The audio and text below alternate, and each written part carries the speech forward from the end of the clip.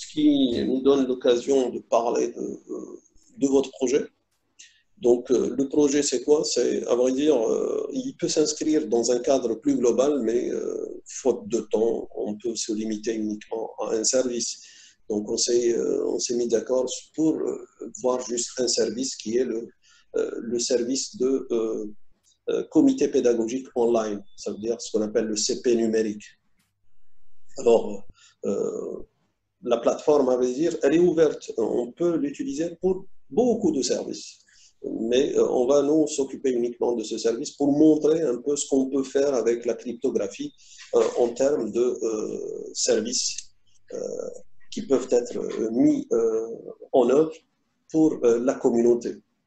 Et donc là, ça fait intervenir, bien entendu, ce service qui intervient, ça fait intervenir l'administration, les enseignants, les étudiants. Donc, comme acteurs à l'intérieur, il y a les trois acteurs qui sont l'administration, les enseignants et les étudiants. Ça permet de mettre en œuvre une authentification.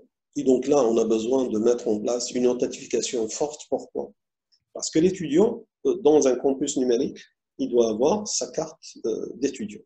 Et donc, cette carte d'étudiant, c'est une carte intelligente, c'est-à-dire ce n'est pas une carte banale au sens classique, c'est une carte avec une puce. Donc, ce qui permettra d'offrir à l'étudiant plusieurs services. En même temps, c'est une carte qui permet d'identifier l'étudiant. Un exemple simple, c'est si on veut faire, par exemple, le contrôle des étudiants dans un campus numérique, ce n'est pas je dirais, le modèle actuel qui existe. Donc, ce qu'on peut faire, on peut faire des lecteurs de cartes. Alors, naturellement, ce n'est pas le lecteur de cartes classique. Pourquoi? Parce que là, tu as ce qu'on appelle la gestion de la masse. Les étudiants, quand ils arrivent, ils arrivent en groupe qui sont nombreux. On ne peut pas se permettre à chacun, il va introduire sa carte avec ensuite le code PIN, etc. En général, il y a le deuxième modèle de carte, c'est les cartes sans contact. Ça veut dire quoi? Ça veut dire que tu as la carte, tu la fais passer juste devant un lecteur et automatiquement, lui, il permet de faire l'identification de la carte automatiquement. Ce qui permettra de connaître, par exemple, tous les étudiants qui fréquentent l'université, avec quelle fréquence. Et on saura, par exemple, quels sont les étudiants qui s'absentent d'une manière automatique. Donc, le fait que les étudiants passent par les points d'accès, points d'entrée de l'université, on peut savoir à tout moment quels sont les étudiants qui ne viennent jamais à l'université ou bien ils viennent rarement à l'université. Donc ça, c'est un service qui peut être mis en place dans le campus numérique. Donc dans notre cas, on s'occupe uniquement pour le moment du CP numérique. Ça, c'est parce qu'un projet de campus numérique, c'est un grand projet qui nécessite beaucoup de moyens et beaucoup plus de temps. Donc, pour nous, c'est le CP numérique. Donc, maintenant, on a vu l'authentification. L'idée, c'est d'utiliser l'authentification forte, c'est-à-dire grâce à la carte, on peut identifier l'étudiant, comme on peut identifier, je dirais, l'enseignant, et on peut identifier aussi les gens de l'administration. Parce que même les gens de l'administration, ce sont des employés de l'université qui possèdent des cartes professionnelles. Donc ça veut dire que c'est des gens qui possèdent des cartes intelligentes qui peuvent être utilisées. Troisième aspect, c'est quoi? C'est on utilise un CP, c'est pour que les gens puissent s'exprimer. Je dirais pas, ce n'est pas vraiment un vote, mais c'est beaucoup plus les gens qui peuvent s'exprimer sur des questions pédagogiques bien précises. Et là, il faudrait assurer, là, pour permettre, ça c'est un peu la caractéristique du vote, le vote en général ou l'expression pour préserver, je dirais, les identités, le vote doit être secret. Ça veut dire que dans le processus d'expression, il faudrait qu'avoir deux choses. C'est que l'expression, elle est libre, mais de l'autre côté, elle est protégée comment? Elle est protégée par le secret, c'est-à-dire que le vote est anonyme. Ça veut dire qu'il faut arriver à mettre en place le système qui permet à une personne authentique, puisqu'on a parlé d'authentification, c'est que seules les personnes qui ont le droit de s'exprimer sur tel sujet peuvent le faire. Mais quand ils le font, il faudrait que ça soit d'une manière secrète. C'est-à-dire que personne ne peut savoir que X a dit telle ou telle chose ou a exprimé telle ou telle chose. Et donc, automatiquement, cette expression devrait être anonyme. Et un troisième élément pour on va dire, pratiquer tout ce qu'on a vu dans le cours, c'est qu'on a tout ce vote secret qui se fait. Donc, le jour J de faire la réunion, on pourra, ça c'est pour éviter que l'administrateur se mêle, l'administrateur système ne se mêle de l'opération, c'est juste les concernés qui vont se mêler de cette opération. Donc, à titre d'exemple, on prendra le responsable du CP, plus le délégué. Ça veut dire que dès le départ, qu'est-ce qu'on fait?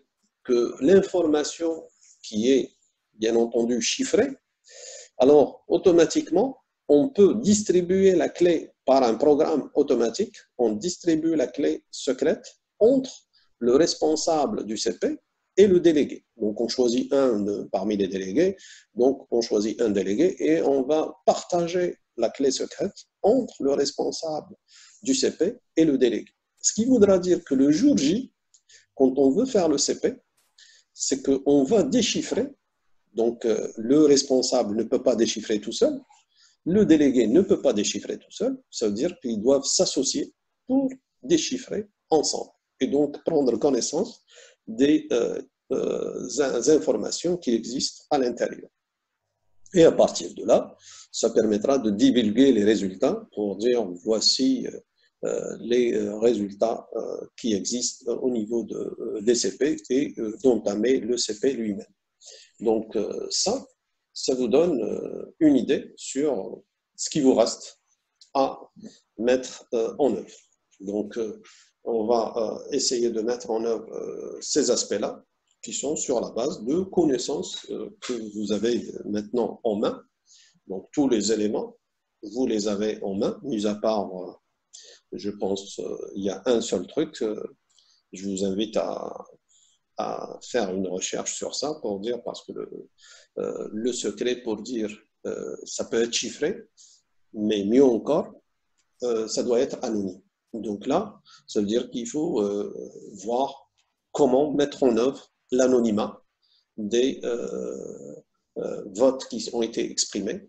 Donc, dans la littérature, il y a des méthodes qui nous permettent d'aboutir à ça, de mettre en œuvre un système anonyme concernant les votes des personnes. Donc, sans pour autant altérer, je dirais, le vote, on met de l'anonymat. L'anonymat, ça permettra juste d'éviter ce problème qui existe sur le réseau, parce que dans le réseau, en général, vous savez que tous les paquets, ils ont des en-têtes. L'en-tête, c'est quoi? C'est qu'elle porte l'adresse IP source, l'adresse IP destination, etc. Et donc, il va falloir rompre un peu cette liaison sans pour autant altérer le message. Et donc là, ce qui permet de dire qu'à un moment donné, à partir du message, même s'il est chiffré, on ne peut pas remonter à l'adresse IP qui a généré ce message. Parce que si on arrive à remonter à l'adresse IP qui a généré ce message, ça veut dire que implicitement, vous avez de l'information qui mène vers l'identification de la personne qui a voté. Et donc ça, c'est un peu l'idée de l'anonymat. Donc à vous de chercher et de pouvoir compléter cette démarche. Et donc, ce qui nous permettra à la fin d'avoir un vrai système de comité pédagogique numérique qui a les caractéristiques de confidentialité, d'anonymat et d'authentification des personnes qui sont concernées par le CP. Alors, aujourd'hui, on est le 10 mai. Donc, je suppose que avec le travail que vous avez réalisé, plus la partie qu'il faut rajouter, je pense qu'un truc qui est assez jouable, donc on va se fixer la date d'échéance, et c'est comme ça que les choses se font dans la pratique. il y a toujours des délais, parce que s'il n'y a pas de délai, il n'y a pas d'évaluation, il n'y a pas de, je dirais, de travail de sérieux par la suite, si on laisse toutes les choses ouvertes. Donc, on est le 10, ça veut dire qu'on se fixe un délai, un deadline qui est de 1 mois et demi, que j'estime largement suffisant. Donc 10, ce qui voudra dire 25 juin. Donc deadline, 25 juin, ce qui permettra d'avoir le rapport et pouvoir faire la même chose un peu de ce qu'on a fait hier pour que chacun puisse présenter sa solution. Chaque groupe présente sa solution, il exprime un peu je dirais les motivations et ce qu'il a pu mettre en œuvre et comment il a pu mettre en œuvre sa solution.